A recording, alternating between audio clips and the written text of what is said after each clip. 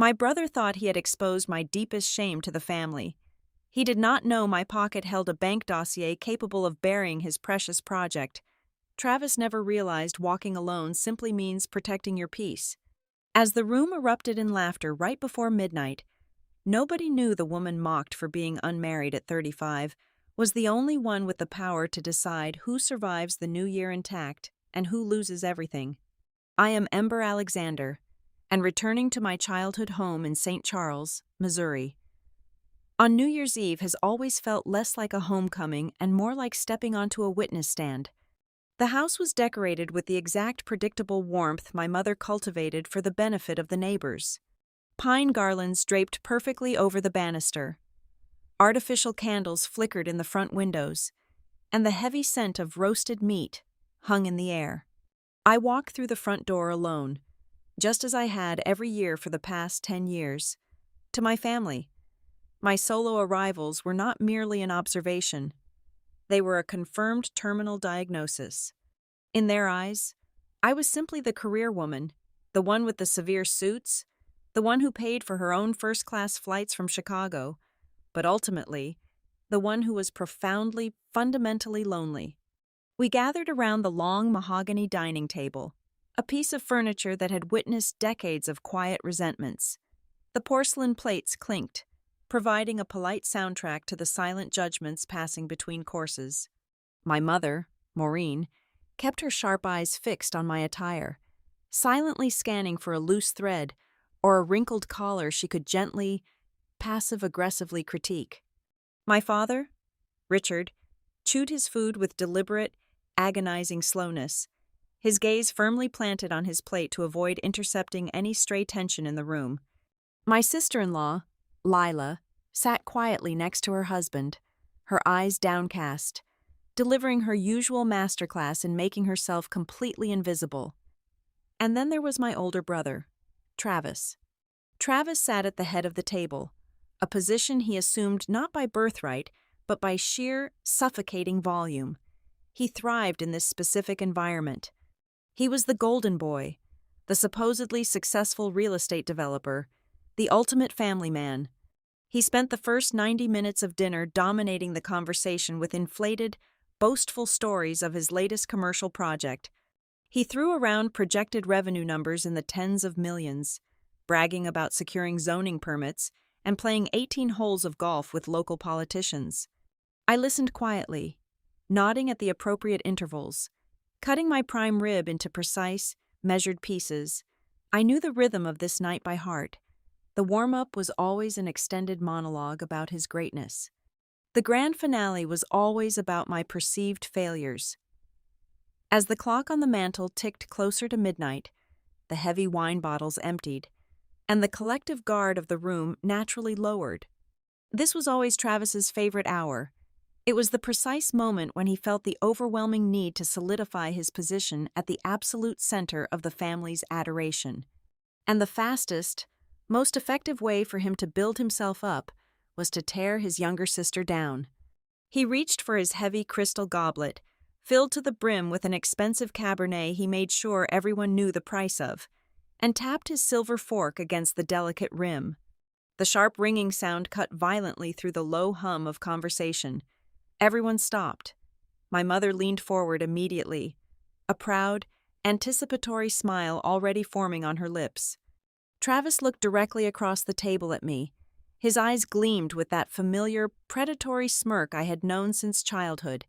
He raised his glass high in the air, performing a mock toast for his captive audience. Still unmarried at 35? Must be tough spending New Year's alone. His voice was loud, carrying easily into the adjacent living room and bouncing off the high vaulted ceilings. He delivered the cruel line with the polished, practiced cadence of a stand-up comedian dropping his most reliable punchline. It was a routine he had perfected over the years, a scheduled, brutal humiliation disguised as brotherly banter. The table reacted exactly as the unwritten script dictated. My mother let out a strained, breathy chuckle, quickly covering her mouth with her linen napkin as if trying to hide the amusement, but the damaging sound was already in the air. My father shifted his weight uncomfortably, suddenly finding his half-empty water glass absolutely fascinating, choosing to say absolutely nothing. Lila shrank even further into the upholstery of her dining chair, gripping her fork until her knuckles turned white. In that split second, the underlying currency of our entire family dynamic was laid entirely bare. My mother and father silently, willingly confirmed what I had known deep down since I was a child.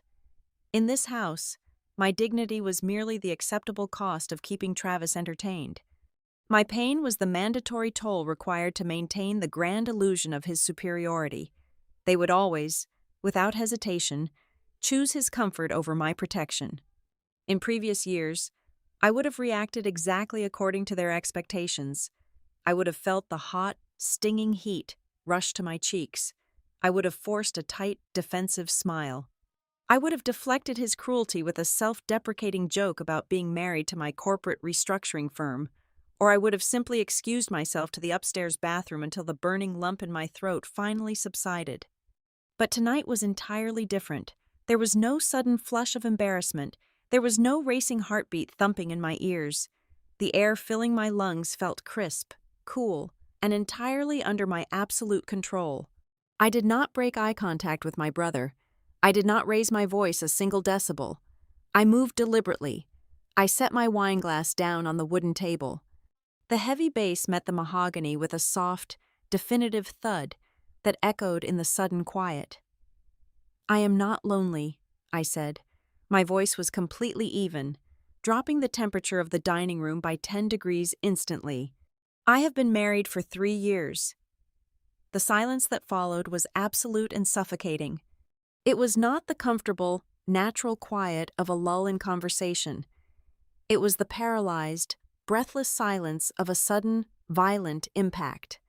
My mother's forced smile slid completely off her face, replaced by a slack-jawed, uncomprehending stare. My father's head snapped up violently, his fork suspended permanently halfway to his open mouth. Travis tried desperately to salvage his shattered stage. He let out a loud, barking laugh, but the sound was alarmingly thin, entirely devoid of its usual booming confidence. It sounded frantic. He looked frantically around the table, waiting for someone, anyone, to join in the laughter, waiting for me to crack a smile and declare it a sarcastic, defensive joke, but no one moved a muscle. For the very first time in his entire privileged life, he realized he was no longer holding the reins of the room. The narrative had violently slipped through his fingers. "What on earth are you talking about?" Travis demanded, the arrogant smirk entirely erased from his face, replaced by a dark, defensive scowl. "Is this some kind of desperate, pathetic lie to save face tonight?" I did not argue with him. I did not offer them a sweeping, romantic explanation of how I met a brilliant structural engineer on a project in Illinois, or how we quietly exchanged vows in a small, private chapel in New Mexico specifically to protect our peace from this very dining table. They had forfeited the privilege of my personal details a very long time ago. I reached smoothly into the tailored pocket of my blazer, pulled out my phone, and swiped purposefully to a single, favorited photograph.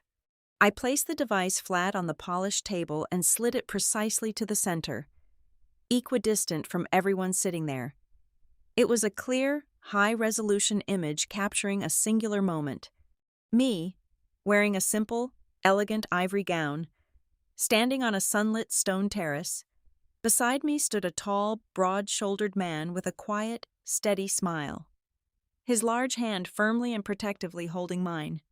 We looked unequivocally, undeniably, radiantly happy. My mother gasped aloud. Leaning so far forward, she nearly knocked over her water glass, staring at the glowing screen as if it were a terrifying optical illusion. Travis leaned over the table, his eyes narrowing to tiny slits as he aggressively scanned the image for a flaw, a digital manipulation, absolutely anything to invalidate the harsh truth staring right back at him. I gave them exactly 10 seconds to process the visual evidence.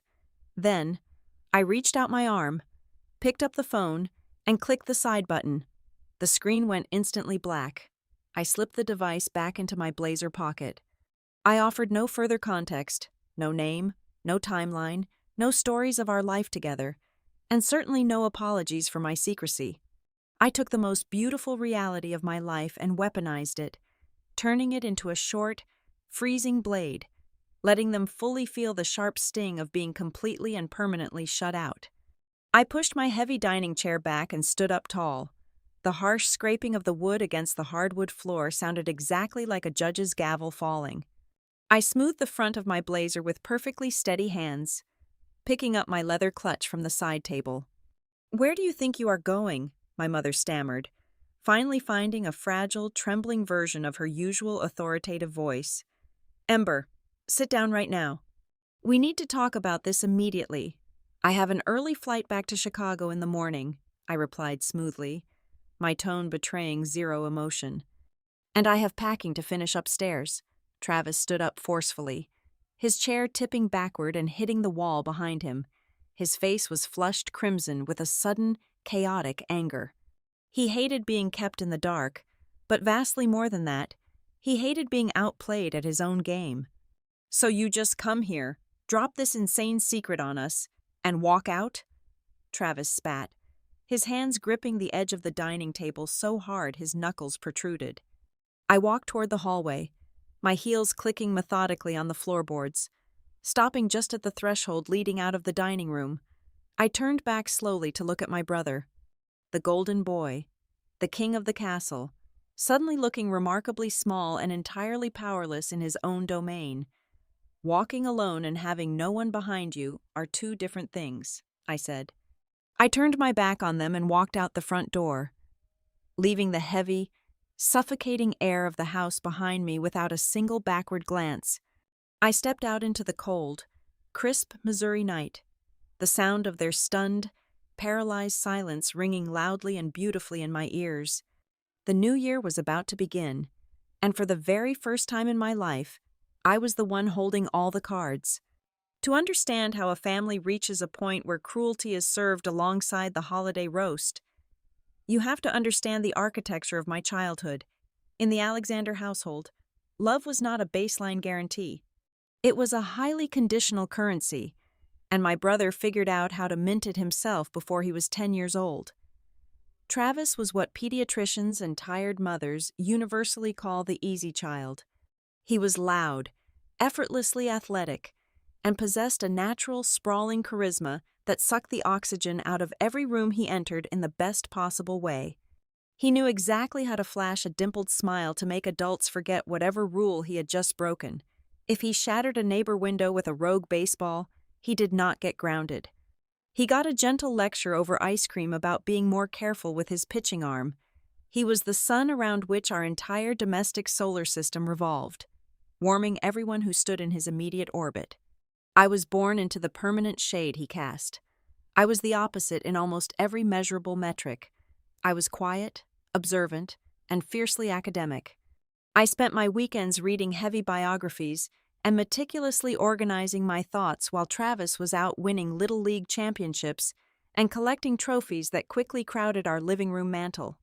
Because I never failed a class, never snuck out past midnight, and never demanded a dramatic rescue, my parents made a very specific, silent calculation. They decided I simply did not need their attention. My competence became my curse.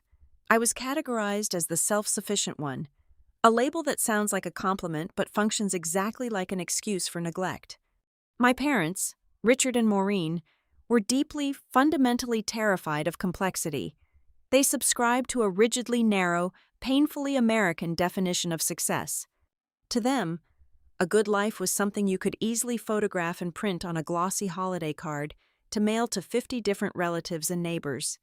It consisted of a sprawling house in the suburbs, a manicured front lawn, children born on a socially acceptable schedule, and a visible, easily digestible form of prosperity. When Travis bought his first house, a generic 4-bedroom build in a neighborhood heavily regulated by a homeowners association, my parents threw a massive backyard barbecue. They invited 24 people to marvel at his stainless steel appliances and his newly poured concrete patio. When he leased a massive pickup truck with an 8-cylinder engine he absolutely did not need. My father spent 3 hours waxing it in the driveway, beaming with raw, unfiltered pride. My achievements, however, existed in a language they fundamentally refused to learn.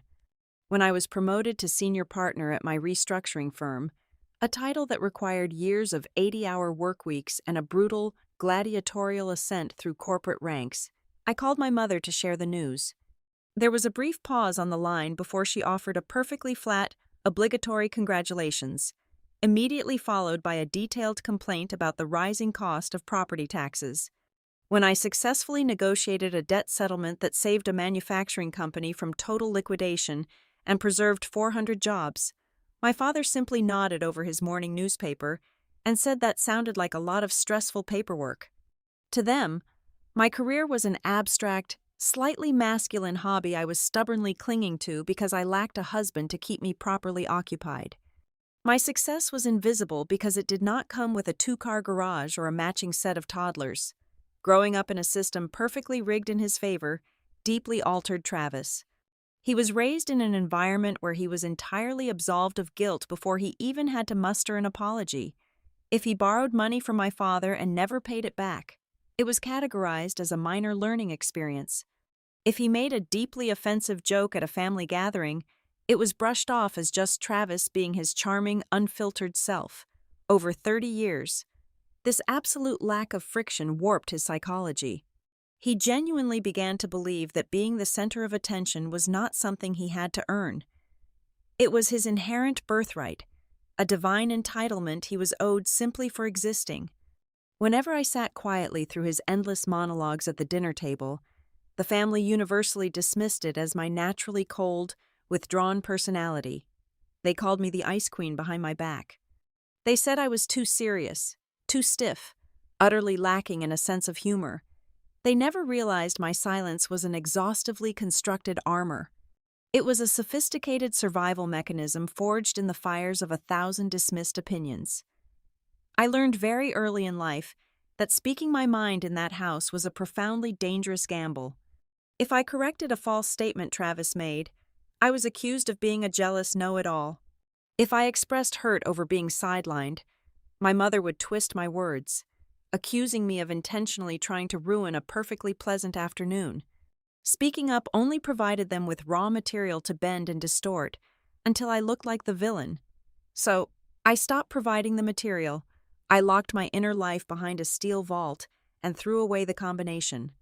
But my silence was not enough for Travis. He did not just want to be successful. He desperately needed me to be a visible failure.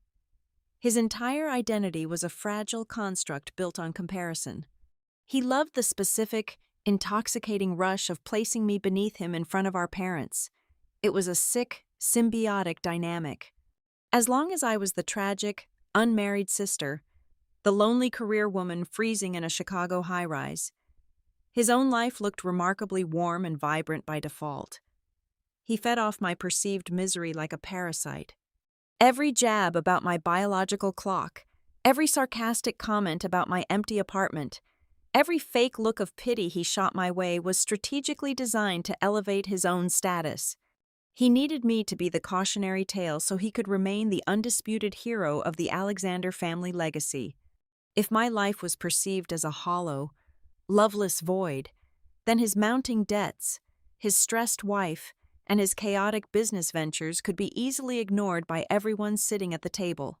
This fundamentally broken mechanism is exactly why the insult he hurled across the table was not a sudden slip of the tongue. It was not a joke that simply landed poorly due to too much wine. It was the natural, inevitable apex of 3 decades of a family collectively nurturing and protecting a very specific breed of cruelty.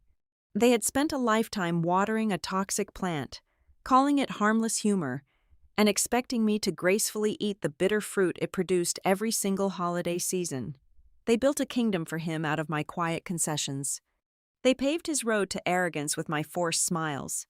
And in doing so, they created a man so blinded by his own artificial light that he could not see the massive, catastrophic structural failure currently cracking the foundation of his own life. Travis always needed a stark contrast to shine. He needed the dark to prove he was the light. He just never anticipated the day the dark would decide to finally swallow him whole. I operate out of a glass corner office on the 42nd floor overlooking the Chicago River. My name is etched into the brushed steel plate beside the double doors of Holloway Finch Advisory, a boutique crisis management and corporate restructuring firm. We do not handle public relations disasters. We do not do cheerful brand turnarounds or marketing strategy pivots.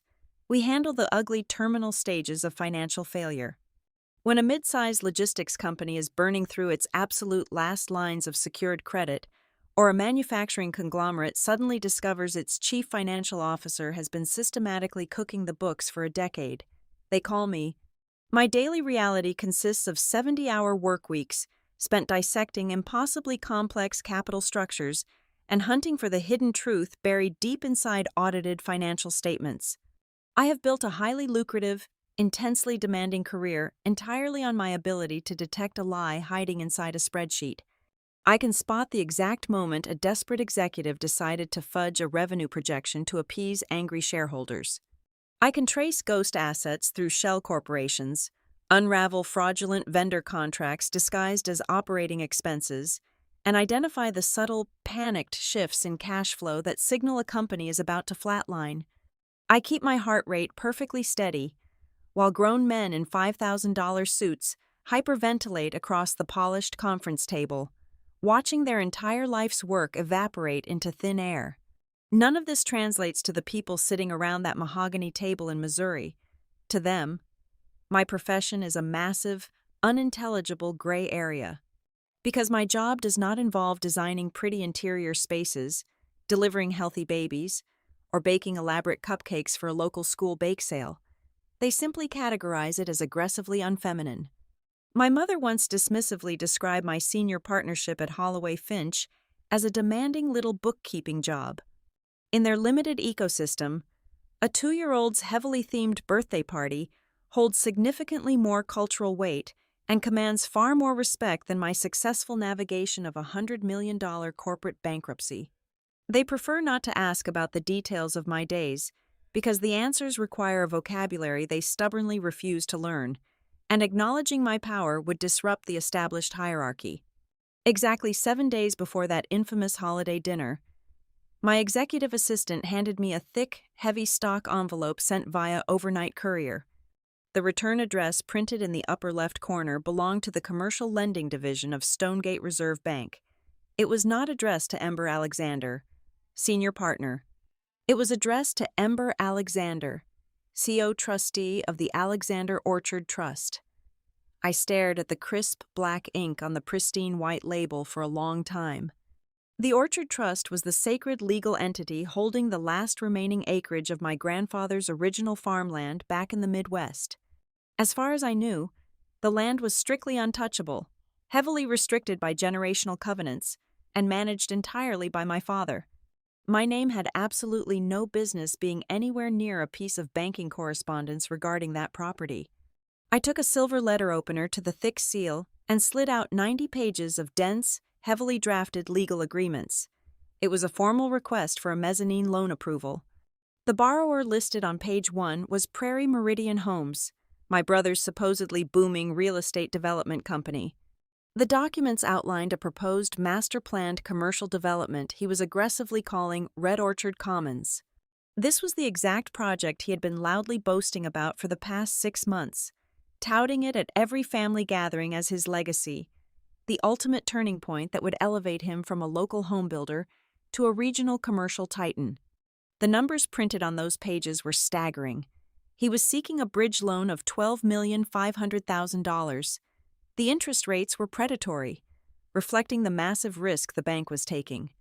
But the true horror was not the loan amount itself, nor the suffocating repayment schedule. It was the proposed collateral.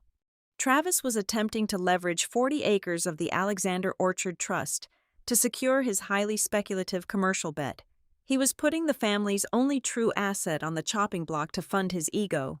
My hands were perfectly still as I flipped to the back of the packet to examine the trust documents attached as legal exhibits. I needed to understand why Stonegate Reserve Bank thought I had the legal authority to sign off on this corporate suicide mission. I found the answer buried in an obscure amendment dated 8 years ago. It was a notarized decree signed by my late grandfather just months before he passed away. Years ago, I had quietly untangled a massive, highly complicated tax liability issue that nearly cost my parents their primary residence. I handled the entire crisis silently, paying the exorbitant legal fees myself, ensuring Travis never knew the extent of our parents' financial incompetence so his delicate ego would not be disturbed by the reality of our family's vulnerability. My grandfather, it seemed, was the only one paying attention to my silent labor. The document explicitly appointed me as a mandatory co-trustee alongside my father, granting me absolute legal veto power over any encumbrance, sale, or transfer of the land. The betrayal washed over me like ice water, chilling me to the bone. My father knew, Richard Alexander knew for 8 long years that my grandfather had legally placed me as the final gatekeeper to the family legacy. He deliberately hid this legal reality from me, actively violating his fiduciary duty, simply because he was terrified of the violent temper tantrum Travis would throw if he discovered his little sister held the absolute keys to the kingdom. My father chose to suppress my legal rights rather than force his golden boy to ask me for permission. Most people would have picked up the phone immediately. They would have screamed into the receiver, threatened severe legal action, or demanded an emergency family meeting to confront the deception. I did none of those things. I am a professional crisis manager. I do not react blindly to the initial shock. I systematically investigate the blast radius. If a major commercial bank was actively seeking my signature for a $12 million collateralization, it meant Travis had already presented the project to them as a guaranteed deal. It meant massive financial wheels were already moving. Early investor money was being aggressively spent, and lies were being told on a colossal scale. I needed to know exactly how deep the rot went into the foundation. I needed to look at them in person, in their own environment. I decided to pack my suitcase and board my scheduled flight to St. Charles. I walked into that holiday dinner completely silent about the explosive envelope sitting securely in my hotel room safe. I sat down at that mahogany table, not as a compliant daughter, and not as a submissive sister, but as a forensic auditor stepping into a corrupt, failing enterprise. I let them pour the expensive wine and carve the roasted meat. I let them play their familiar, comfortable roles of superiority. I waited patiently to see exactly who in that house was actively lying directly to my face, who was blissfully ignorant of the impending financial ruin, and who was perfectly willing to quietly mortgage my name and my future to fund my brother's delusions, all without ever once asking for my consent. I met Owen Barrett in the middle of a freezing November during a massive corporate liquidation in central Illinois. My firm had been hired to dissect and sell off the remaining assets of a severely mismanaged commercial real estate group. One of those assets was a sprawling, violently decaying industrial warehouse complex that had been abandoned for over a decade. I was standing in the center of a freezing concrete floor, surrounded by nervous executives in expensive wool overcoats who were desperately trying to spin the failing property into a viable asset. Then Owen walked in. He was the lead structural engineer contracted to assess whether the rusted steel beams could even survive another Midwestern winter. He did not wear a tailored suit or attempt to command the freezing room with a loud, aggressive greeting. He wore scuffed leather work boots, heavy denim, and a thick canvas jacket. He simply unrolled a massive set of architectural blueprints across a dusty wooden crate, pulled out a yellow pencil, and began systematically dismantling the executive's optimistic projections with calm, devastatingly precise mathematics. I watched him from across the cavernous room, in my world, and especially in my family. Men operate by taking up as much auditory and physical space as possible. They posture, they interrupt, and they view any conversation as a zero-sum game they must explicitly win. Owen was the absolute antithesis of that exhausting performance. He possessed a rare, grounded density. He only spoke when he had a definitive answer. He listened with his entire focus, and he never once raised his voice to make a point. When the meeting concluded and the executives scurried back to their heated luxury sedans, I stayed behind to review the site maps. Owen offered to walk the perimeter with me to point out the invisible stress fractures in the foundation. We spent 3 hours walking through the freezing dust. I asked him complex, demanding questions about load-bearing walls and tensile strength, and he answered them with a quiet respect that completely disarmed me. He did not talk down to me, nor was he the slightest bit intimidated by the speed at which my mind worked. For the very first time in my adult life, I did not feel the distinct, suffocating pressure to soften my edges or hide my intelligence to make a man feel more comfortable. Our relationship did not begin with dramatic, theatrical gestures. It grew quietly, taking root in the margins of our demanding schedules. It started with late-night dinners at an empty diner off the interstate after 14-hour workdays. It evolved into long Sunday drives out toward the lake, sitting in the comfortable warmth of his truck, discussing everything from corporate bankruptcy laws to the structural integrity of suspension bridges. I fell in love with him because he offered a profound, radical peace. He was a man who evaluated the hidden strength of foundations for a living, and he saw right past the cold, heavily armored exterior I presented to the world. He found the core of who I was, and he decided it was entirely structurally sound. We existed in a beautiful, insulated bubble for a year. Then, I made the agonizing mistake of trying to merge my two worlds. I brought Owen home to St. Charles for Thanksgiving. I wanted desperately to believe that maybe, just maybe, my family could behave like a normal, functional unit for one single evening. My hope evaporated before the appetizers were even served. Travis took exactly 20 minutes to identify Owen as a target. My brother could not comprehend a man who did not boast about his income or demand the center of attention. Because Owen was quiet, Travis assumed he was weak. Over the roasted turkey, Travis started aggressively interrogating Owen about his profession, mocking the title of structural engineer and asking if it was just a dressed-up term for a blue-collar construction worker with a fancy calculator. When Owen calmly explained that his firm handled the safety compliance for massive commercial skyscrapers, Travis immediately shifted tactics. He spent the rest of the meal trying to hustle Owen, digging into his professional network to extract free architectural favors and cheap contracting hookups for his own residential lots. My mother was equally insidious. While I was in the kitchen slicing the pumpkin pie, she cornered me against the marble counter. She leaned in close, offering a sugary, venomous smile, and asked if having a serious man in my life meant I was finally going to slow down. She asked if I was ready to quit my demanding little corporate job and live a softer, more appropriate life.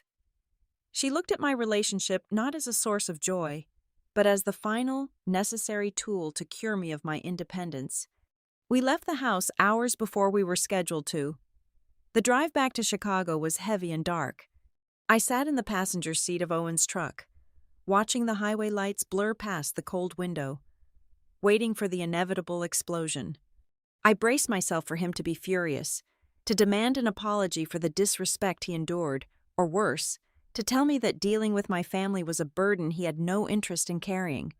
Instead, the cabin of the truck remained perfectly calm. Owen kept his eyes steady on the dark road, his hands relaxed on the steering wheel. He reached across the center console and took my hand, lacing his rough fingers through mine. He did not raise his voice. He simply said, "They do not hate your happiness. They hate the fact that your happiness no longer requires their permission." That single, profound sentence cracked the entire universe open for me. In that quiet car, I realized the absolute, terrifying truth about my family. If I allowed them to step fully into my relationship with Owen, they would never celebrate it. They were fundamentally incapable of sharing joy that they could not control. They would take this beautiful, quiet love and drag it into their arena. They would tear it apart with relentless comparisons, pit Owen's quiet salary against Travis's loud, fictional wealth, and demand a front-row seat to judge every choice we ever made. They would poison the water just to prove they still owned the well. I refused to let them touch him. I refused to let them turn the only safe harbor I had ever known into another war zone. We did not buy an expensive diamond ring to show off at country club dinners. We did not send out embossed invitations to hundreds of people we barely knew.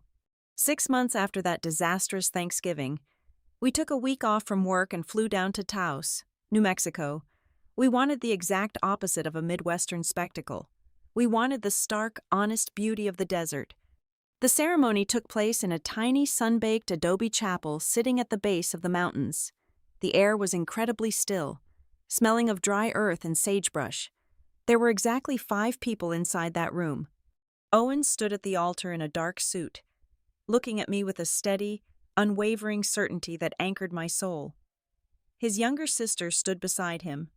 My 2 absolute best friends from graduate school stood beside me. A local minister with a kind, weathered face guided us through our vows. No one from the Alexander family received a phone call. No one received a photograph. I wore a simple, vintage gold band that belonged to my grandmother. A ring I easily moved to my right hand during my rare, obligatory visits to Missouri. From that day forward, I kept my marriage securely locked away in complete silence. It was never born out of a sense of shame, and it was certainly not an act of deceit toward my husband. Owen understood the assignment perfectly. We were building a fortress. For the very first time in my entire 35 years on this earth, I possessed something so intensely precious, so entirely pure and untainted by my brother's ego or my mother's judgment, that I flatly refused to offer it up for their consumption. I built a life in the shadows not to hide, but to ensure that when I finally stepped into the light, they would have absolutely no power to cast a shadow over me ever again. Prairie Meridian Homes always sounded like a company destined to shape the skyline of the Midwest. For years, my brother poured all of his energy into cultivating the absolute perfect image of the American suburban king. He possessed the stunning, softly spoken wife in Lila. He had 2 beautifully behaved daughters who always wore matching velvet dresses for the annual holiday greeting cards. He drove a pristine, heavy-duty pickup truck that had never seen a single day of actual manual labor or carried a single piece of lumber. His sprawling house sat on a double lot, boasting a freshly manicured lawn, a custom outdoor kitchen, and perfectly symmetrical seasonal decorations. To the untrained eye, Travis was the undisputed picture of modern, unshakable stability. But in my specific line of work, you learn very quickly to spot the distinct difference between a genuine fortress and a theatrical prop. His entire existence functioned exactly like a model home in a newly developed subdivision. The exterior paint was flawless, the landscaping was immaculate, and the solid oak front door was incredibly welcoming. But if you bothered to step inside and turn on the kitchen faucet, you would find there were no actual plumbing pipes connected behind the drywall. The beautiful furniture was made of hollow cardboard meant only for display. Travis built his kingdom not on solid revenue streams or careful market analysis, but on a terrifying mountain of aggressively leveraged debt, endlessly deferred vendor payments, and grandiose promises that mathematically exceeded his earthly capabilities. His newest venture, the highly publicized Red Orchard Commons, was positioned to the local press as a passionate, visionary effort to preserve our family legacy. He handed out thick, glossy brochures showing mixed-use retail spaces and pedestrian walkways, loudly claiming he was modernizing the community while deeply honoring the Alexander name. That was the official public relations narrative he fed to our parents over Sunday dinners. The financial reality, which I could easily deduce from the panicked, breathless cadence of his voice, was that this commercial complex was a desperate, final gamble. It was a massive, high-stakes bet placed by a man who was already deeply underwater. He was attempting to outrun a toxic chain of previous financial failures by borrowing even more heavily against a future he simply could not guarantee. To keep the Prairie Meridian Homes ship afloat, Travis had evolved into a master of financial compartmentalization. He was quietly borrowing from a chaotic, unsustainable web of sources. He took out short-term, high-interest loans from secondary lenders who did not ask rigorous questions but demanded brutal, immediate repayment terms. He secured cash injections from wealthy local dentists and retired business owners by selling them a wildly inflated vision of their return on investment. He routinely maxed out commercial credit lines meant exclusively for purchasing raw construction materials, using the funds instead to cover his own exorbitant personal living expenses and country club dues. And most tragically, He relied entirely on the blind, unwavering trust of our parents, who were always willing to quietly write a personal check to smooth over what he casually dismissed as a minor, temporary cash flow hiccup. I knew the structure was failing long before the bank documents arrived because of the sporadic phone calls. Over the past 18 months, Travis would periodically dial my number on a random Tuesday evening. He would start with a few minutes of agonizingly fake small talk about the Chicago weather before casually pivoting to business. He would frame his questions as hypothetical scenarios, pretending he was just satisfying a sudden intellectual curiosity while watching a documentary or reading an article. He asked me to explain the exact legal enforceability of a personal guarantee if a limited liability company suddenly filed for bankruptcy. He asked highly specific questions about the rigid requirements for establishing a commercial land easement, specifically inquiring about right-of-way access across privately held agricultural land. He tried to mimic the tone of a confident peer bouncing ideas off a colleague, but I recognized the unmistakable, sour stench of a man hunting frantically for free legal loopholes. He was trying to extract my specialized knowledge to quietly patch the massive, bleeding holes in his own sinking contracts.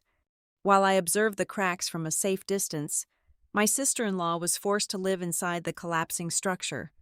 Lila Hart Alexander was not a stupid woman, but she was a deeply isolated and frightened one.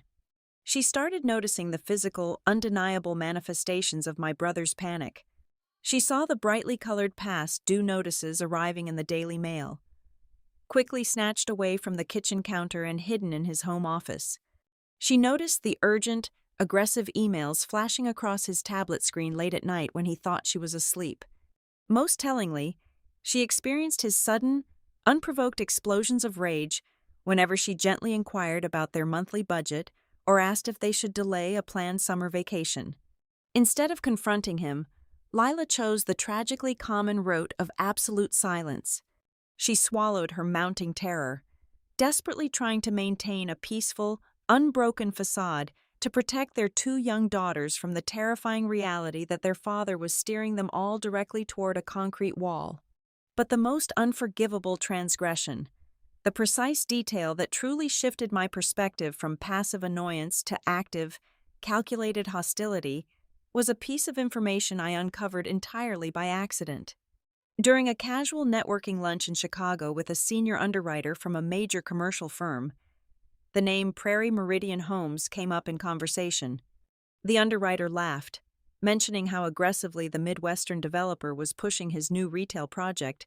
Then, he casually remarked that the developer was boasting heavily about his secret weapon. Travis had been sitting in pristine conference rooms, looking sophisticated private investors dead in the eye, and explicitly bragging that his younger sister was a ruthless senior partner at a premier corporate restructuring firm. He heavily implied, without ever putting it in writing, that I was acting as the shadow advisor for Red Orchard Commons. He allowed them to firmly believe that my professional reputation, my firm's prestige, and my forensic expertise were implicitly backing his chaotic venture. He was actively weaponizing my hard-earned credibility to secure millions of dollars in funding for a project I had never once agreed to evaluate. Suddenly, the escalating cruelty at the family dinner table made perfect, clinical sense. The closer Travis drifted toward total financial ruin, the more utterly terrified he became of his own inadequacy. He was drowning in a dark sea of defaulted loans, forged documents, and broken promises, and the only way he could keep his head above water was to push someone else firmly beneath the surface. I was the easiest, most convenient target in his life. Every time he felt the suffocating pressure of an impending missed payment, every time a local investor demanded a progress report he could not provide, he needed to prove to himself and to our parents that he was still the undisputed king of the family. He needed a human punching bag to demonstrate his absolute superiority. That is exactly why his supposedly harmless jokes about my life became increasingly vicious and targeted over the past year. That is why the label of the lonely, cold, unapproachable spinster was applied to me with such aggressive, relentless frequency. He desperately needed me to be a massive failure. He needed me to be completely isolated and pathetic, because if I was visibly broken, his own fractured life somehow looked whole by comparison.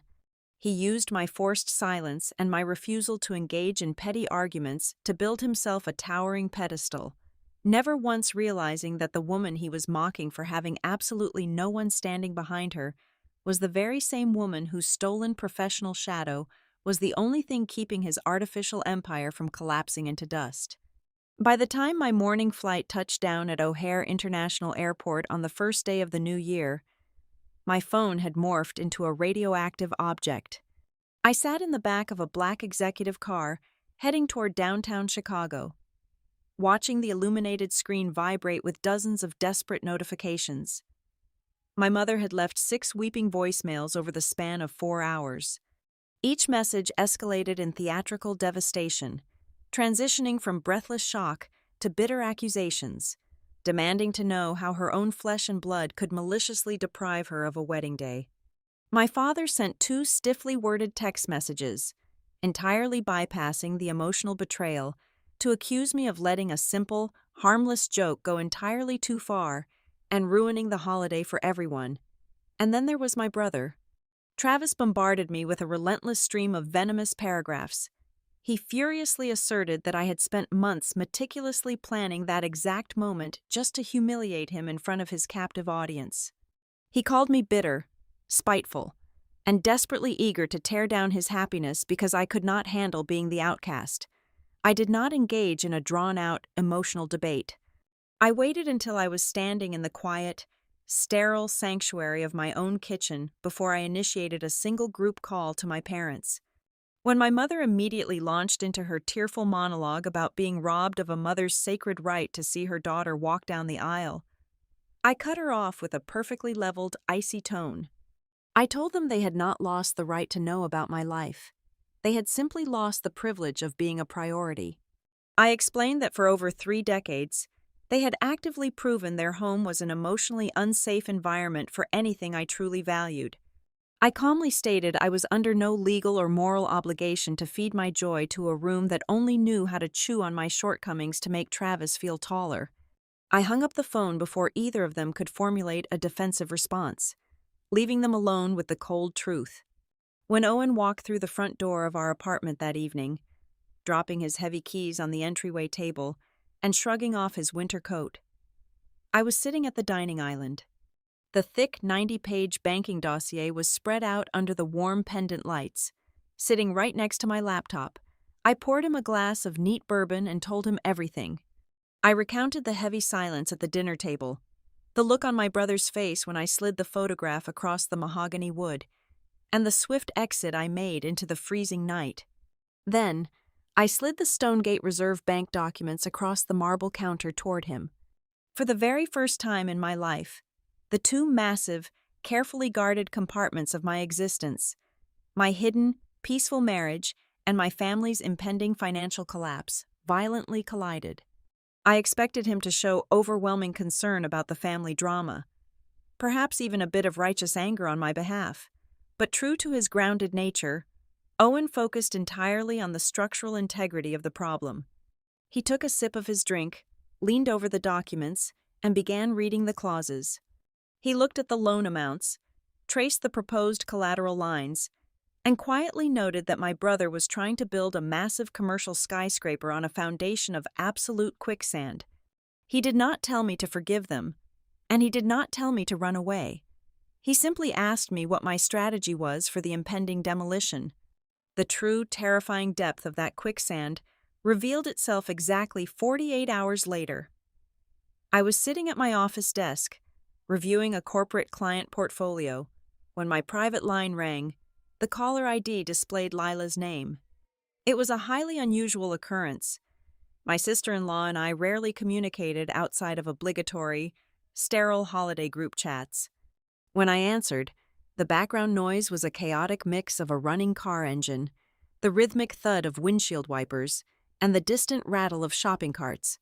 She was hiding in the driver's seat of her car in the parking lot of a suburban grocery store. Her voice was trembling so violently I could barely make out her initial words. She bypassed all standard pleasantries. With a breathless, frantic energy, She confessed that she had been digging through a locked filing cabinet in Travis's home office while he was out meeting with a contractor. She had found a heavily stamped past due notice. It was not a standard utility bill or a minor credit card warning. It was a formal banking reminder regarding a massive corporate guarantee. And right there in the referenced collateral section was the Alexander Orchard Trust. More chillingly, the document bore the very clear, notarized signature of my father. Then, Lila broke down completely. Through heavy, suppressed sobs that echoed painfully through the phone speaker, she admitted something that turned my blood completely cold. Travis had not just been borrowing from external lenders and manipulating commercial banks. 3 months ago, he had quietly drained 75% of their 2 young daughters' college savings accounts. He swore to her it was just a temporary, necessary maneuver to float the company payroll for a single fiscal quarter. He had promised on his own life that he would replenish every single penny the moment the Red Orchard Commons closing was finalized. He had leveraged his own children's future, stealing their educational security to buy himself another 90 days of pretending to be an untouchable real estate titan. She was terrified, completely trapped in a house built on lies, and she begged me to tell her what to do. Before I could fully process the sheer magnitude of Travis's domestic theft, another piece of the crumbling architecture fell into place, confirming my absolute worst suspicions. My father called me on my secure cell phone late that same evening. Richard Alexander never called me just to chat, and he certainly never called me after 9 o'clock at night. He sounded completely hollowed out, his usual authoritative Midwestern baritone reduced to a raspy, panicked whisper. He did not attempt to deny the existence of the trust paperwork. He did not pretend ignorance about the impending bank deadline or the documents sitting on my desk. Instead, he resorted to begging. He pleaded with me to just let this one specific thing slide. He asked me to sign whatever consent forms the bank sent over, promising that we would all sit down as a family and figure out the exact repayment details after Travis secured his final funding. He explicitly begged me not to make a scene before the scheduled final review meeting with Stonegate Reserve Bank. By asking me to remain silent and simply sign my name, my father inadvertently confirmed that he knew exactly how illegal and desperate this maneuver was. He was fully aware that Travis was attempting to pledge a generational asset he did not wholly own, and my father was actively choosing to facilitate a massive financial fraud rather than face the wrath of his golden boy's failure. Sitting in the dark of my living room, watching the city lights reflect off the freezing surface of the river, the entire paradigm of my family shifted permanently. The theatrical confrontation on New Year's Eve, the shocked faces, the shattered illusion of my loneliness, that was merely the superficial layer of the rot. I had believed I was simply defending my personal dignity against a lifelong bully, but the desperate calls from Lila and my father revealed a much darker, vastly more dangerous reality. Underneath the emotional abuse and the petty dinner table insults lay a catastrophic financial crime capable of entirely wiping out multiple generations of hard-earned wealth and putting my father in federal prison. The narrative had officially pivoted. The stakes were no longer about whether Travis looked foolish in front of his sister. The stakes were the roof over my nieces' heads, the legal freedom of my aging parents, and the survival of the only pure legacy my grandfather left behind. The absolute worst thing my brother was about to lose was no longer his manufactured pride or his unearned seat at the head of the table.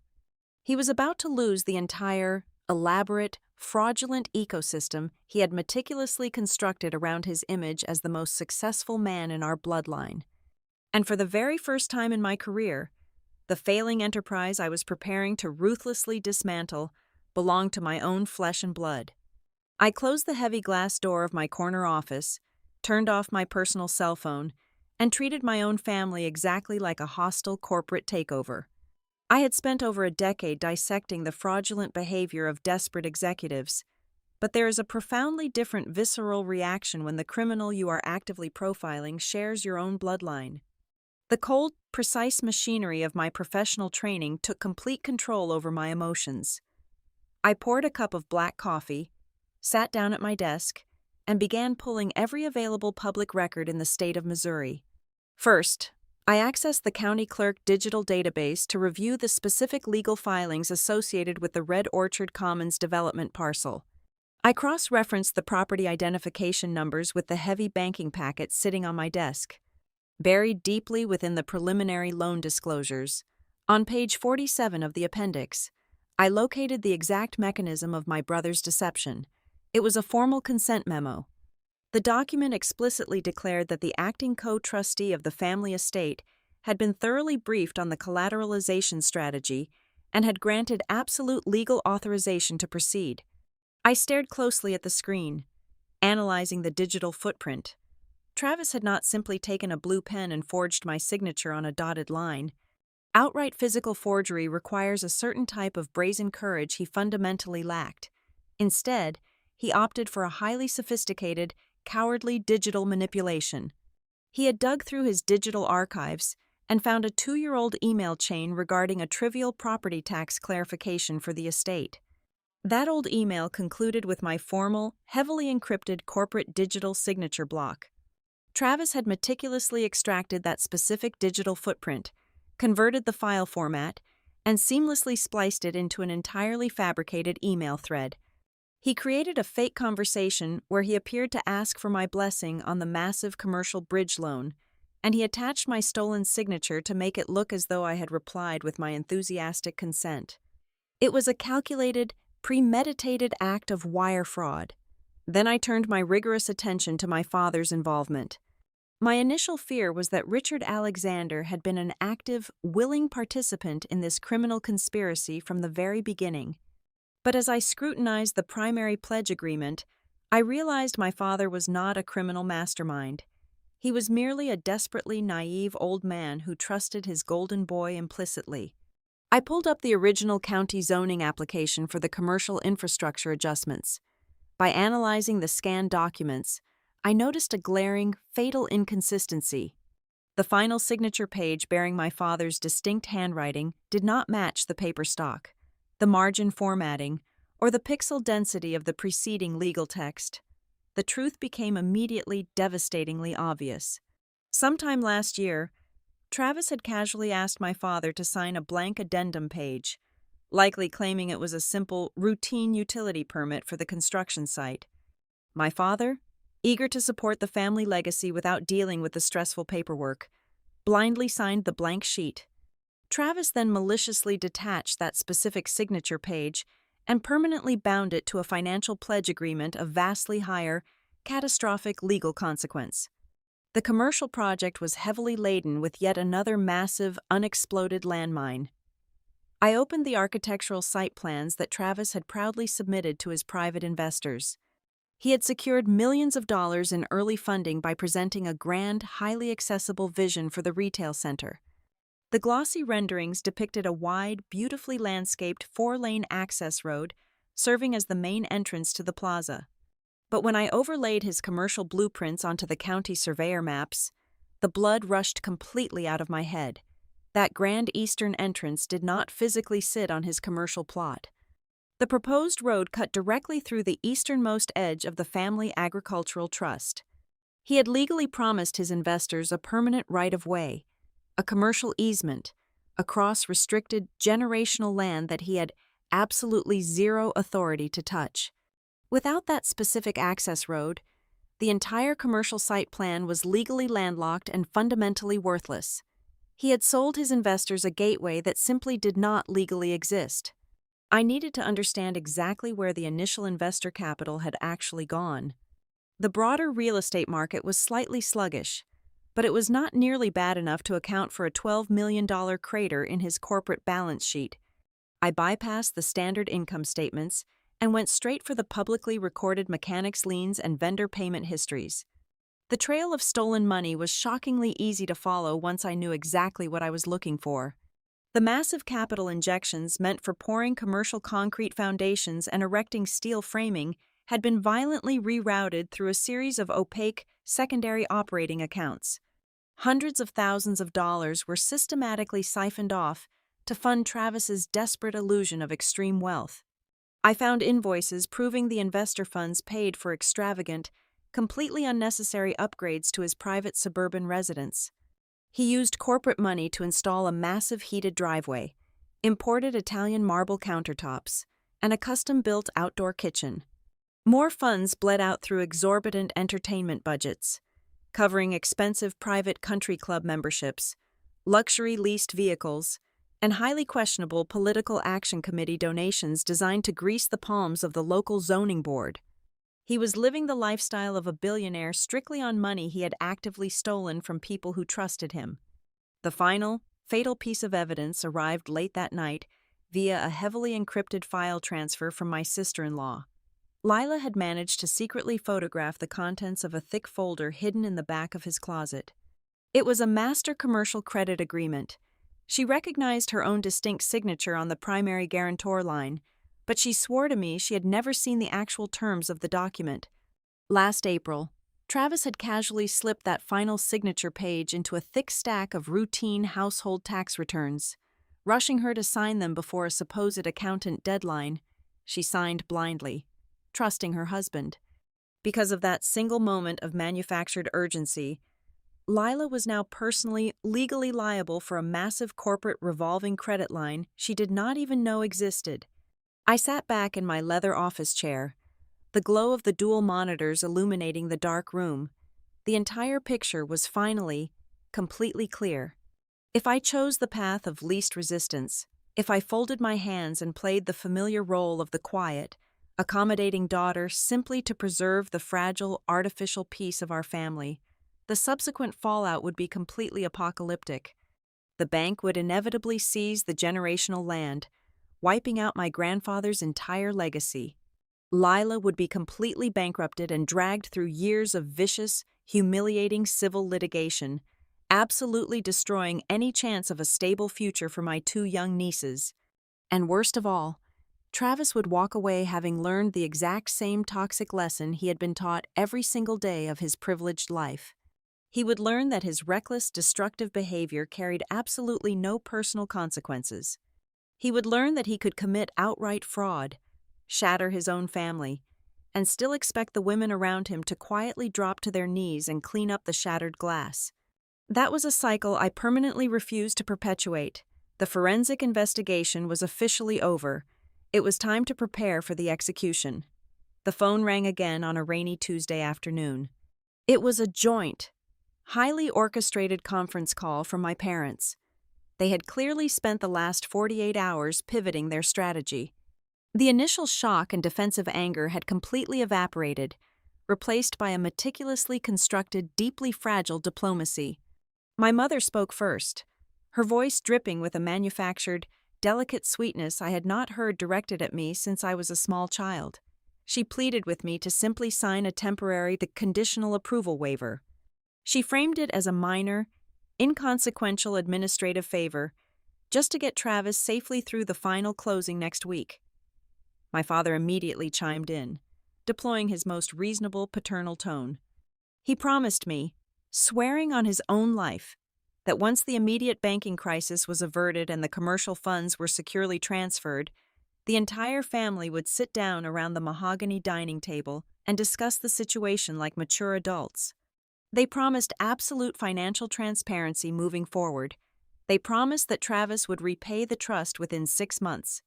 Listening to their desperate, carefully rehearsed negotiation, I felt a profound, exhausting clarity wash over me. I saw the absolute, naked truth of their request. They were not asking for a fair compromise, and they certainly were not offering genuine accountability. They were executing a highly sophisticated emotional shakedown. They still fully expected me to lay my own financial safety, my professional reputation, and my legal integrity directly onto the sacrificial altar of my brother's towering ego. They had simply dressed up the sacrifice in vastly softer vocabulary and layered it with incredibly subtle, toxic moral guilt. They were asking me to actively validate a massive federal fraud just to spare them the extreme discomfort of finally holding their golden son accountable for his own catastrophic failures. I did not raise my voice. I did not hurl bitter accusations, nor did I waste my breath recounting the extensive, undeniable evidence of forgery and embezzlement I had already uncovered. I simply let a heavy, suffocating beat of silence pass over the cellular line, before I finally spoke. I told them absolutely not. My refusal was entirely flat, utterly devoid of any emotional turbulence or hesitation. I calmly informed them that I would not sign a single legal document, conditional or otherwise, that legitimized a completely fabricated collateral claim against my land. The utter, chilling stillness in my voice caused a palpable, frantic panic on the other end of the line. For my entire life, our family conflicts had always operated on a very predictable, exhausting rhythm of escalation, loud shouting, and my eventual, quiet capitulation just to keep the peace. My absolute, unwavering calm terrified my parents infinitely more than a screaming match ever could. It signaled the terrifying reality that the old, reliable script had been permanently shredded. I was officially resigning from my lifelong role as the compliant, invisible daughter who silently absorbed the family's collateral damage. While my parents spiraled into a state of helpless panic, I shifted my intense focus to the only two truly innocent people caught inside this impending blast radius. I knew with absolute certainty that the exact moment I walked into that bank and detonated my brother's fragile criminal empire, his household would instantly become an incredibly volatile and toxic environment. I reached out to my vast professional network in Chicago and quietly retained a ruthless, highly discreet family law attorney licensed to practice in the state of Missouri. I paid the exorbitant initial retainer fee out of my own personal accounts. Then, I initiated a secure call to Lila. I gave her the attorney's direct contact information and strictly instructed her to start discreetly gathering every single piece of financial documentation, tax return, and bank statement she could safely access without arousing suspicion. More importantly, I arranged and fully paid for a secure, comfortable, short-term rental property located 2 towns over from their suburban neighborhood. I told Lila to pack enough bags for herself and her 2 young daughters and to move them into the rental the night before the final banking review. I needed those children physically separated from the explosive fallout. I absolutely refused to let my nieces witness their father's inevitable, violent psychological unraveling firsthand. Through all of this heavy, calculated preparation, Owen remained my absolute anchor. He did not attempt to swoop in and play the aggressive, loud white knight. He did not offer to call Travis and threaten him man to man, nor did he try to artificially manage or police my intense emotions. He inherently understood that this was my specific battle to fight, a deep, generational wound that only I possessed the exact surgical tools to properly cauterize. Late one evening, as I was pacing the hardwood floor of our living room, mentally preparing my legal arguments for the brutal confrontation ahead, he stopped me. He placed his large, warm hands firmly on my shoulders, forcing me to break my relentless, anxious pacing. He looked directly into my eyes and told me I needed to immediately stop viewing my actions through the distorted lens of my family's historic dysfunction. He calmly reminded me that exposing a severe financial crime and legally protecting my assets was not a petty, lowbrow act of sibling revenge. It was the fundamental, necessary establishment of a mature adult boundary. He told me that letting a completely rotten, fraudulent structure collapse was not an act of malicious destruction. It was simply the natural, unavoidable consequence of terrible engineering. His steady, grounded perspective stripped away the residual, nagging guilt my parents had tried so desperately to implant, leaving only a cold, righteous resolve in my chest. Meanwhile, Travis was certainly not sitting idle. Realizing he could no longer intimidate or bully me directly over the phone, he launched a frantic, preemptive smear campaign across our entire extended family network. I started receiving confused, heavily passive-aggressive text messages from distant aunts and older cousins. Travis had spun a magnificent, deeply pathetic narrative to anyone who would listen. He told the extended family that I had kept my husband a secret for 3 long years because I was deeply ashamed of my own pathetic life choices. He claimed I was trapped in a miserable marriage and that I had returned home for the holidays, completely consumed by bitter, unhinged jealousy over his booming commercial success. He painted a vivid picture of a deranged, vindictive spinster sister who was actively trying to sabotage his glorious legacy project simply because she could not stand to see him thrive. He was frantically building a massive, defensive wall of lies, desperately hoping the sheer, overwhelming volume of his victimhood would entirely drown out the truth when it finally surfaced. His pathetic, scrambling lies hardly registered with my consciousness, because that very same afternoon, I found something that completely changed the emotional trajectory of my entire mission. I was systematically going through the original, yellowed archival files of the Alexander Orchard Trust, searching for a specific historical land survey, when a heavy cream-colored envelope slipped out from between two thick, leather-bound legal binders. It was firmly sealed, with my full name written across the front in my grandfather's distinct, shaky, cursive handwriting. I broke the brittle wax seal with slightly trembling hands.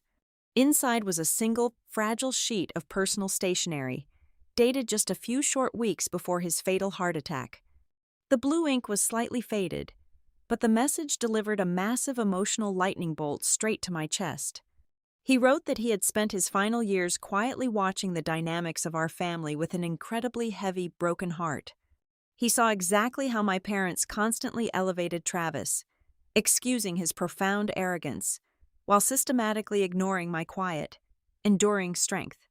He explicitly explained that he intentionally bypassed my father and legally appointed me as the ultimate, unyielding guardian of the estate for one very specific, vital reason. He wrote that I was the only person in the entire Alexander bloodline who possessed the raw courage to stand completely alone. I was the only one who dared to look reality in the eye and say the hard, deeply uncomfortable things before it was entirely too late. He knew, even back then, that Travis would eventually burn through absolutely everything he touched, and he knew my parents would gladly hand him the matches just to keep him smiling. He left the generational land to me because he implicitly trusted the strength of my spine. Reading those faded words, a profound, releasing warmth spread through my entire body, melting away decades of accumulated resentment. For my entire life, I truly believed my grandfather had simply forgotten about me, just like everyone else in that house. I thought I was entirely invisible to him, but he had seen me perfectly. He had recognized my quiet endurance, and he had legally weaponized it to protect our history. That single handwritten letter fundamentally transformed my perspective. This impending confrontation was no longer just about protecting my own professional name from a fraudulent commercial bank loan. It was no longer about proving a bitter point to a brother who constantly belittled me at the dinner table. It was a sacred, inherited mission. My grandfather had literally reached across the grave and handed me a heavy, impenetrable shield. I was going to walk into that banking boardroom not just as a cold corporate crisis manager, but as the absolute, uncompromising defender of the family legacy. I was going to save the only pure, untainted thing left in our name, and I was going to save it directly from the very person who had always been told he was the undisputed center of the universe. The venue for my execution was intentionally chosen to maximize emotional suffocation. Travis orchestrated a private family lunch in the opulent ground-floor dining room of the premier downtown hotel, scheduled for exactly 1 o'clock in the afternoon. This was precisely 2 hours before the official closing appointment with Stonegate Reserve Bank was supposed to take place in the executive suites upstairs. The strategy was painfully transparent. He wanted to trap me in a public space, surrounded by white linen tablecloths and the clinking of expensive silverware, banking on the assumption that I would never dare cause a scene in such a refined environment. When I arrived, the trap was already fully set. My mother, Maureen, was seated near the window, her eyes already brimming with pre-planned, defensive tears. My father, Richard, sat rigidly beside her, his skin an alarming shade of pale gray, looking less like a proud patriarch and more like a hostage. Travis sat at the center, dressed in an immaculate charcoal suit, his hair perfectly styled, but the most calculated element of his ambush was the fourth person sitting at our table. A man in a sharp navy blazer stood up and offered a warm, professional smile. Travis casually introduced him as the senior loan officer from Stonegate, claiming the man had simply dropped by to share a quick appetizer and conveniently collect the final signatures so we could all just relax and celebrate the rest of the afternoon. I took my seat slowly, placing my leather briefcase on the empty chair beside me. I did not order food. I simply folded my hands on the table and waited. Travis immediately launched into the performance of a lifetime. His voice was perfectly modulated, dripping with a manufactured blend of vulnerability and noble burden. He did not speak about interest rates or construction delays. He spoke exclusively about family. He looked deeply into my eyes and talked about the sacred legacy of our grandfather. He brought up his two beautiful daughters, painting a vivid, tragic picture of how their entire future, their college funds, and their security hinged entirely on this single monumental project. He masterfully framed himself as the hardworking, misunderstood visionary who was just trying to build something lasting for all of us, and he painted me as the cold, distant sister holding the axe over his dreams. My mother let out a soft, audible sob, reaching across the table to squeeze his hand. The bank representative nodded sympathetically, clearly moved by this display of Midwestern family devotion, completely unaware that he was participating in a hostage negotiation. Travis finished his monologue with a glossy, pleading look, gently sliding a thick manila folder across the tablecloth toward me, accompanied by a heavy gold pen. He asked me to just sign the temporary release, for the sake of the girls, for the sake of the family name. I let the heavy, emotional silence hang in the air for a long time. I let Travis marinate in his own perceived victory. I looked at the folder, then at the pen, and finally, I locked eyes with my brother. The time for quiet observation was over. Has the adjusted cost basis for the retail site been finalized? I asked. My voice was completely flat, slicing through the warm, fuzzy atmosphere like a scalpel. Travis blinked, the sudden shift in vocabulary catching him completely off guard. He offered a confused, patronizing chuckle, glancing at the bank officer. He said we did not need to bore everyone with the granular math right before lunch. I ignored his deflection and fired the next question immediately, increasing the tempo. Where exactly is the personal guarantee document for the secondary commercial credit line? And did your wife review the terms before she signed it? The patronizing smile completely vanished from his face. A sudden cold sweat broke out across his forehead. He opened his mouth, but only a dry, stammering sound came out. My father suddenly gripped the edge of the table so hard his knuckles turned white. Who signed the right-of-way easement for the Eastern Access Road? I continued, my tone growing sharper, faster, giving him absolutely no room to breathe. Which specific operating account did the third-quarter investor cash flow pass through before it was spent on the custom renovations at your private residence? Travis tried to interrupt, raising his voice to reassert his dominance, sputtering that I was being ridiculous and speaking nonsense, but the damage was already done. He was completely out of his depth, drowning in the exact financial terminology he had always belittled as my boring little bookkeeping job. For the very first time in front of our parents, he was not the loudest, most charismatic man in the room. He was a cornered animal, brutally exposed by his own glaring, catastrophic ignorance. I did not wait for him to formulate a lie. I reached into my leather briefcase and retrieved 3 distinct items, placing them deliberately on the white tablecloth right next to his unread menu. The first item was the heavily embossed, legally notarized document from my grandfather, proving my absolute authority as the sole co-trustee of the Alexander estate. The second item was a meticulously color-coded spreadsheet I had personally generated, clearly tracking the exact movement of stolen investor funds directly into his personal bank accounts over the past 12 months. The third item was the most devastating. It was a printed copy of the digital forensic report, highlighting the precise time and date stamp of the email he had maliciously spliced and forged to fake my consent.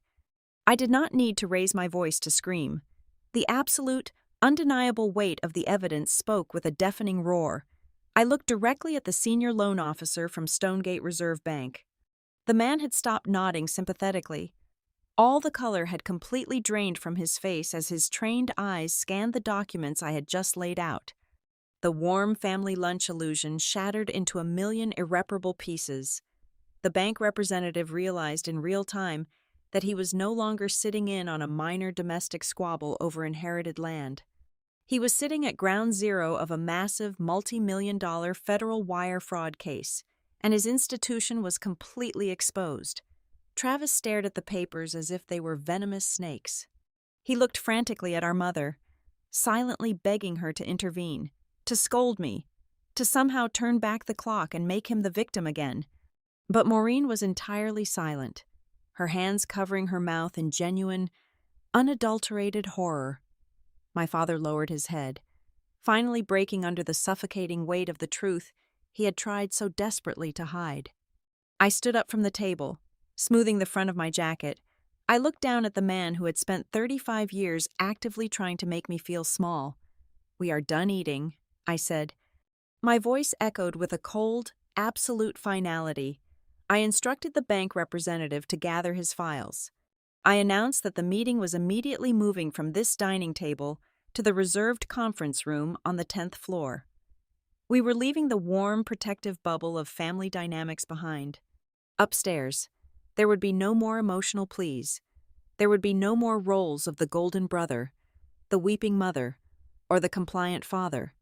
Upstairs, there would only be the person legally responsible for the fraud, and the person who was absolutely never going to save him again.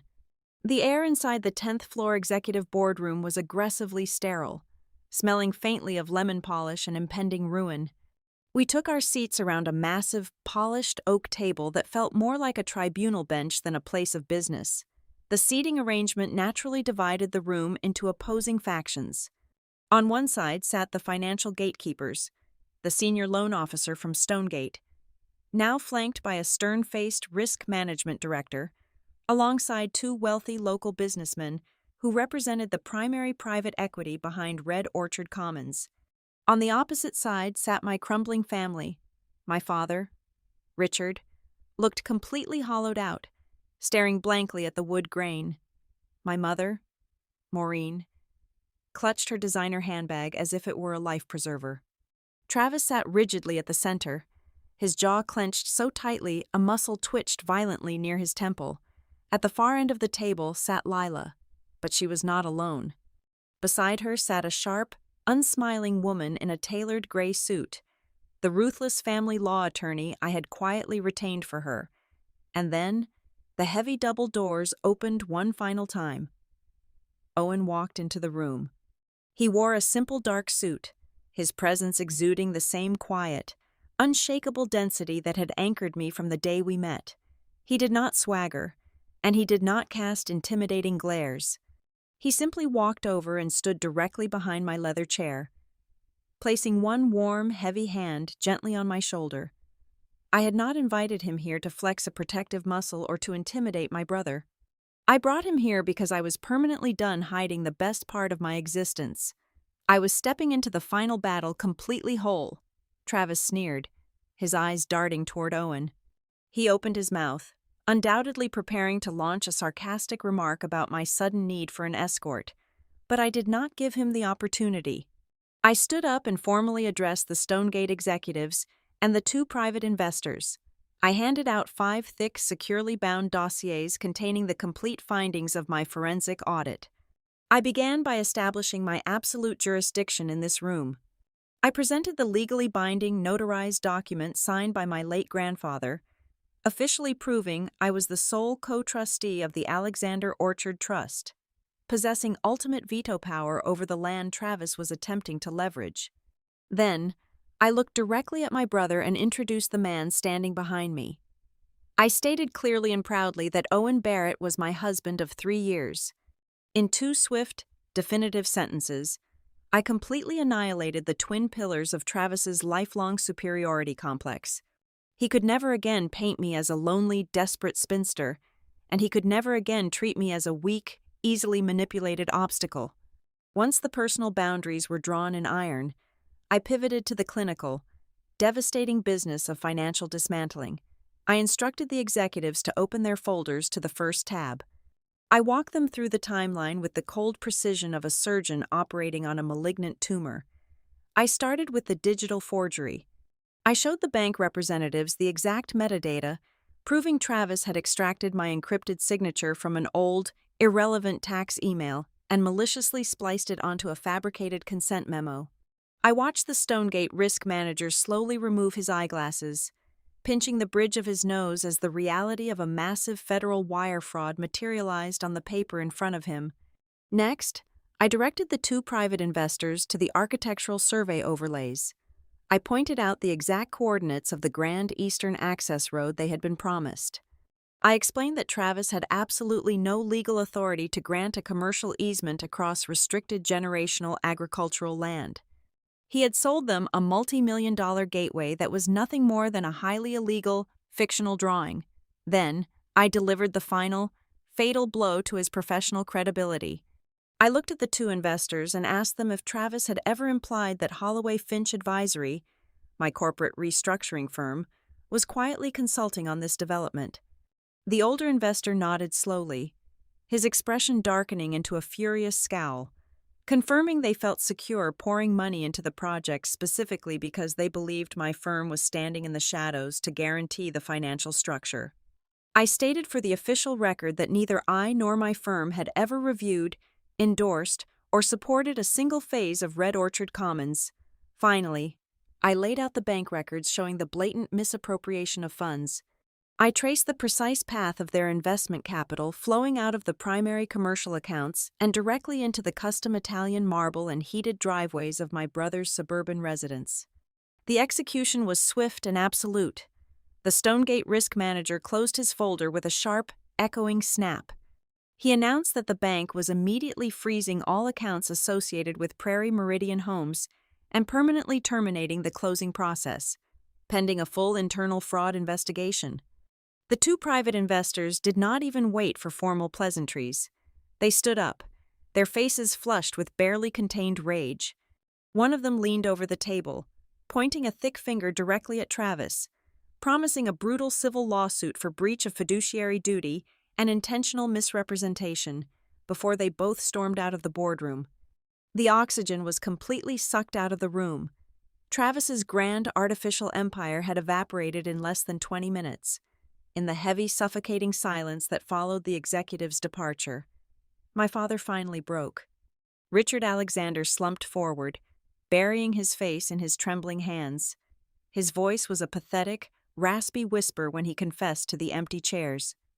He admitted he had known about my legal appointment for 8 years.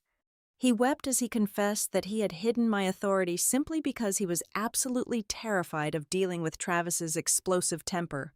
He finally acknowledged that his lifelong cowardice, his desperate need to keep the peace by appeasing his golden son, was the exact mechanism that had built the bomb that just destroyed our family in public. Then, Lila spoke. I expected her to cry, to scream at her husband for stealing their daughter's college funds and mortgaging her name, but she did none of those things. Her voice was chillingly calm, devoid of any affection or fear. She looked at the man she had married and calmly stated that she had already moved the girls out of their house. She announced she was filing for legal separation and full custody. She said she absolutely refused to let her children be raised by a man who fundamentally believed he had to crush the women around him into the dirt just to feel tall. Her total lack of hysteria, her cold, unshakable certainty, was the weapon that finally shattered Travis. He exploded. He leapt to his feet, kicking his heavy leather chair backward so violently it crashed against the glass wall. His face was a mask of chaotic, venomous fury. He pointed a shaking finger at me and screamed that I was a monster. He accused me of destroying his life, of ripping his family apart out of pure, bitter jealousy. He hurled every vile insult he could summon, waiting desperately for the old dynamic to kick in. He waited for our mother to jump up, to run to his side, to stroke his arm and tell him that he was the victim, that I was simply being cruel, and that they would fix it for him. But Maureen did not move. She sat frozen in her seat, staring blankly at the scattered evidence of his crimes. Finally paralyzed by the terrifying reality of the monster she had spent 37 years meticulously hand-feeding. For the very first time in his entire privileged existence, Travis stood alone in a room, throwing a massive tantrum, and absolutely no one ran to shield him from the consequences. He had no audience left to laugh at his cruel jokes, and no one left to clean up his catastrophic mess. Owen gently squeezed my shoulder. I picked up my briefcase, turned my back on the screaming man, and walked out of the boardroom with my husband. The fallout was exactly as predictable as the math. Red Orchard Commons died that afternoon. Prairie Meridian Homes filed for bankruptcy shortly after.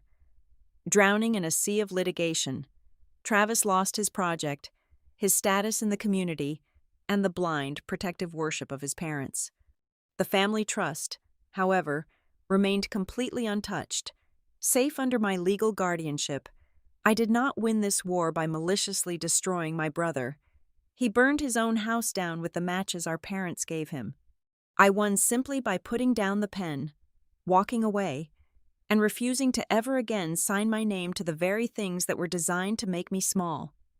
Thank you so much for listening to this story today. Where in the world are you tuning in from right now? Please drop a comment below to say hello and share your thoughts on how Ember handled her toxic family. I would love to chat with you all.